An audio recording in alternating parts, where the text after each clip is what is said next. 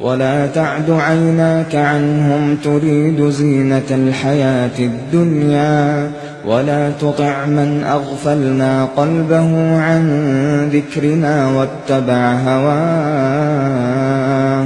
واتبع هواه وكان أمره فرطا.